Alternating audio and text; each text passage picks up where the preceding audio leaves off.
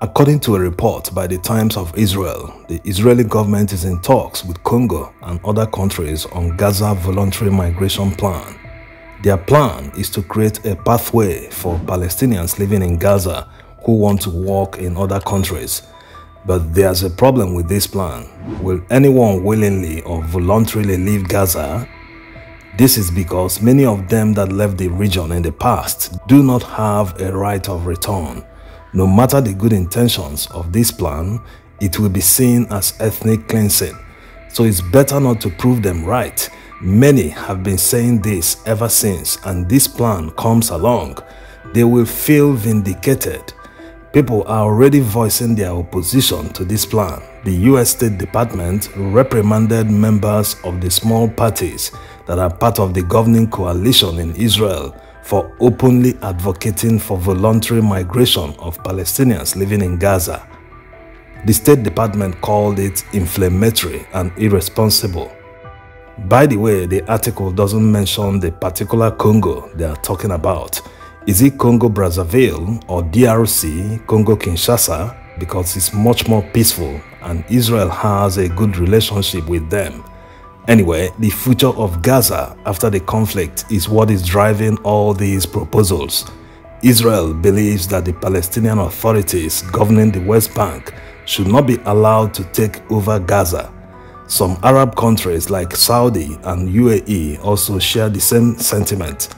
They believe they need to break from the past, that moderates should be in charge of Gaza and possibly the West Bank.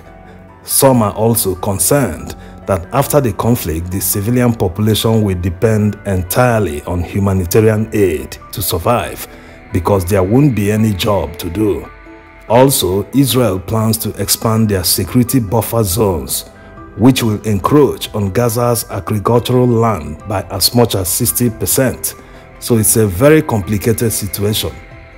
They will need to find a common ground on how the place will be governed after everything is over.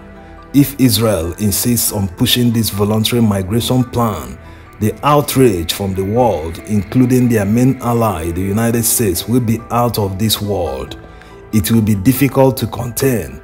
Maybe it will be better for them to allow Palestinians rebuild Gaza by themselves with the help of donations from around the world. This way, they can choose a path to prosperity and jobs will be available in their homeland. This will mean they will no longer need to migrate anywhere because their homeland is working for them. It's not easy to spin this voluntary migration plan no matter the good intentions, because the conflict has always been about land ownership. Then again, Israel always does what serves their best interest.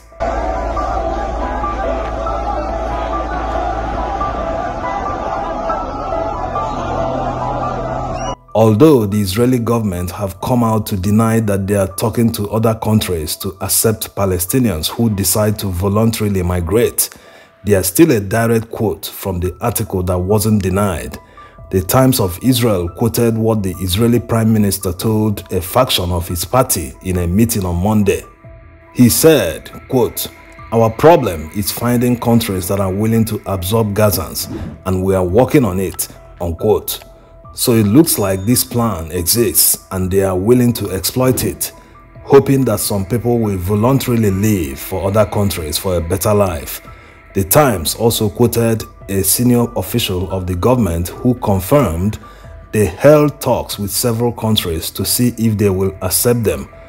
So it seems that this plan is gradually becoming a policy of the Israeli government despite the denial.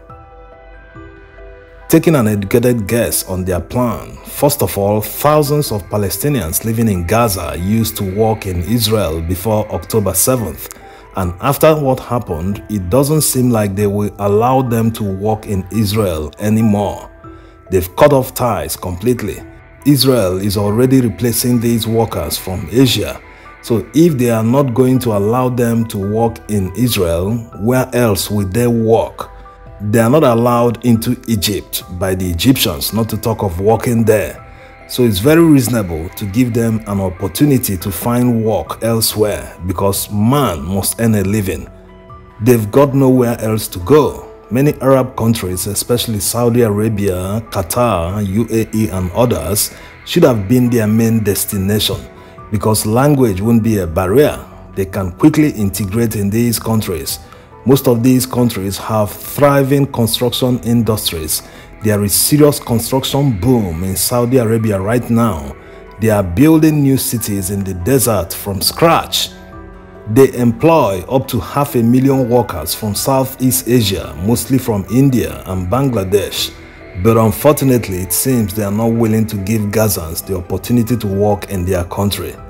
Also, before October 7th, Gaza didn't offer much job opportunities for Gazans. Otherwise, why were many of them working in Israel? So it makes perfect sense to give them the chance to voluntarily leave, since they cannot work in two neighboring countries of Egypt and Israel.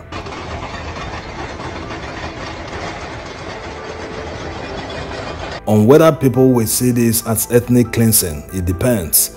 Common sense dictates that people will do anything to escape violence and get a better life for themselves elsewhere. There must be a small percentage of people who want to leave, no matter how tiny. So isn't it reasonable to give them the opportunity to leave? There's a high chance that many will grab this opportunity if it becomes reality. The Israeli government can make it easier for them by making sure they can return whenever they want in the future. Another way to look at it is if they had their own airport and established relationship with other countries. What percentage of their population would prefer to migrate to other countries? Probably high. If people are gainfully employed and are earning a good living for themselves, they wouldn't have time for crimes. This is the situation in developed countries. Before there can be a significant reduction in crime, unemployment must be low. That's why job creation is very important. The state not only earns more taxes, the society is also better for it. Thanks for watching. مخطط إسرائيل أن تقضي على الوجود الفلسطيني، مخطط نتنياهو شخصيا وحكومته الحالية، وما بقول حكومات سابقة بريئة، كلهم هو التخلص من الفلسطينيين. إذا صار خروج نحن جاهزون لتحمل مسؤولياتنا التي نتحملها الآن. نكمل تحمل مسؤوليات السلطة الفلسطينية في كل من غزة والضفة والقدس كدولة فلسطينية واحدة. الروس معنا 100% بدون أي نقاش. الروس بدون أي نقاش هم معنا. هل يمكن أن يكون الروس شريكا في محادثات قادمة لحل الدولتين مثلا؟ نعم ممكن، ومستعدين لاستقبال وفود ومستعدين لعمل أي شيء بدنا إياه نحن.